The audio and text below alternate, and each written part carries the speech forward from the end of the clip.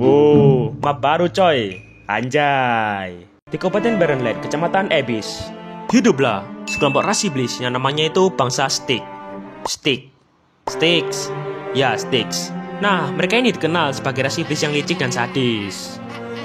Ya, dengan kekuatan mengendalikan kegelapan, mereka ini selalu membunuh mangsa mereka secara diam-diam.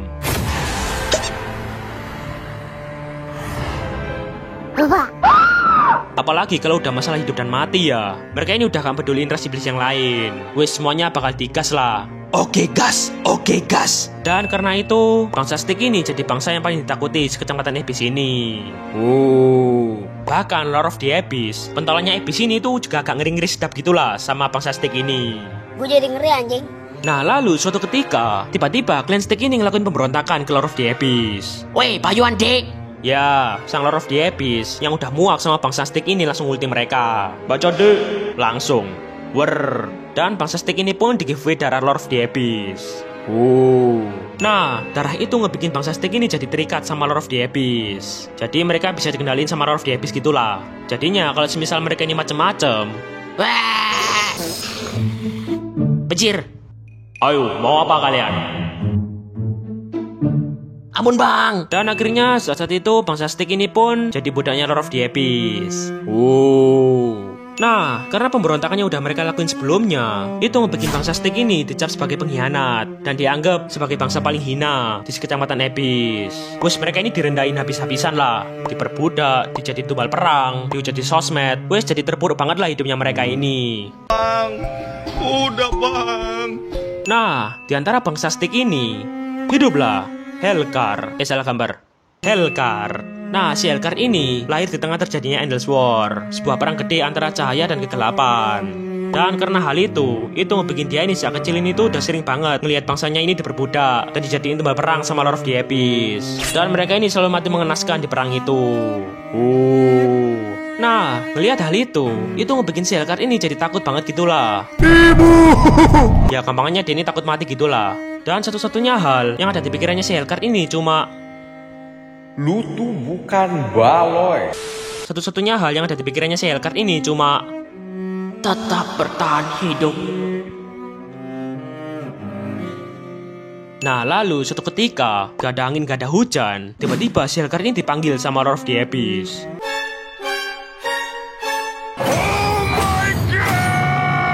Paniklah masa enggak?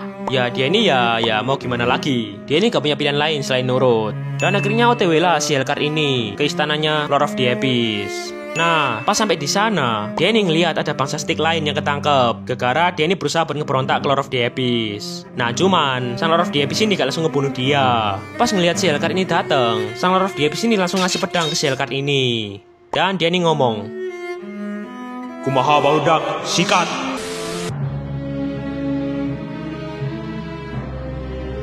Kau makhluk hina, lakukan apa yang aku inginkan.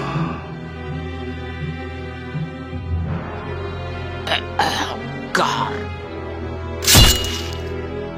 Dan si Helkar ini pun langsung ngepenggal pengkhianat itu tanpa ragu. Seketika ruangan itu dipenuhi sama kegelapan. Bangsa Styx yang lain ini kayak ketakutan gitulah ngeliat apa yang dilakuin sama si Helkar ini. Takutnya. Ya, meski begitu, dalam diri si Helkar ini, dia ini ngerasain penderitaan yang gede banget lah. Dia ini sebenarnya itu nggak pengen ngebunuh bangsanya sendiri. Dia ini cuma pengen buat bertahan hidup. Tapi ya gimana lagi, dia ini nggak punya pilihan lain.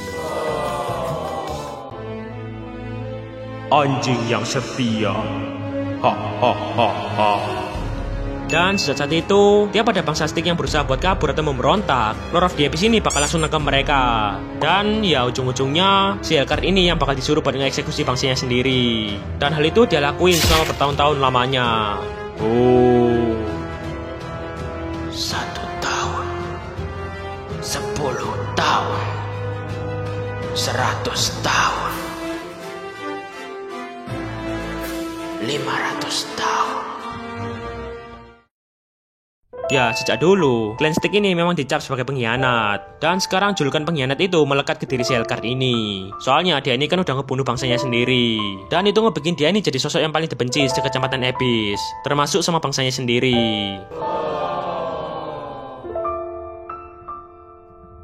999 tahun. Sampai suatu ketika, tiba-tiba, Endless War ini buyar. Wih. Nah, berakhirnya Endless War ini disebabin gara-gara disegelnya kekuatan cahaya dan kegelapan ke dalam Twilight Ore. Ya, buat cerita lengkapnya, kalian lihat aja lah di asal-usulnya si Lunox. Oke, lanjut. Nah, hal itu nyebabin hilangnya kuasa para dewa, termasuk Lord of the Abyss. Dia ini kehilangan hampir semua kekuatannya. Wis kena nerf parah lah. Aku nge-lag. Dan karena hal itu, akhirnya makhluk-makhluk Abyss yang dulunya dia kendaliin ini sekarang jadi membrutal, menggila. Bukalah Pak, udah gila. Nah, salah satunya si Thomas ini, sang Lord Lava. Anjay. Nah, karena dia ini tahu kalau Lord of the Abyss ini udah melemah ya, akhirnya si Thomas ini ngepimpin pasukan iblisnya ini buat berkhianat buat ngerebut tahta Lord of the Abyss. Wow. Dan wis akhirnya terjadi perang gede-gedean lah di kecamatan Iblis Crack ini. Nah, karena si Thomas sama pasukannya ini lagi OP-OP-nya, lagi mode Onyx Forbid, anjay. Dia ini berhasil buat ngalahin semua iblis yang masih berpihak ke Lord of the Abyss. Dan akhirnya di garda terakhir cuma sisa sang Lord of the Abyss sama si Elkar. Bepan, terus sini Sat. Nah, terus sang Lord of the Abyss ini langsung merintah si Elkar ini buat ngelindungi dia. Lindungi gue woi, anjing biadab.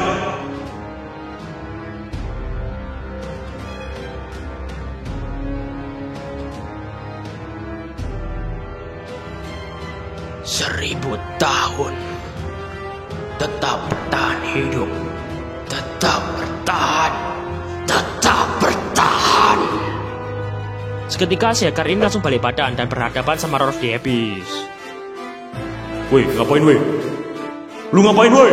Terus gak tahu gimana ya, dengan power MC cerita, dia ini ngeluarin darah Lord of the Abyss yang terikat dalam tubuhnya. Seketika darahnya itu langsung keluar. Trot. Seketika darahnya itu langsung keluar. Dan karena hal itu juga, tiba-tiba muncul tulang dari tangannya yang berbentuk kayak arit gitulah. Ya, tulangnya itu ya senjatanya ini. Dan seketika si Elkar ini langsung ngebling ke belakangnya sang Lord of the Abyss. Dan dia ini ngomong, saat kau menentukan takdirku, kau harus ingat, aku dilahirkan sebagai pengkhianat. Anjay.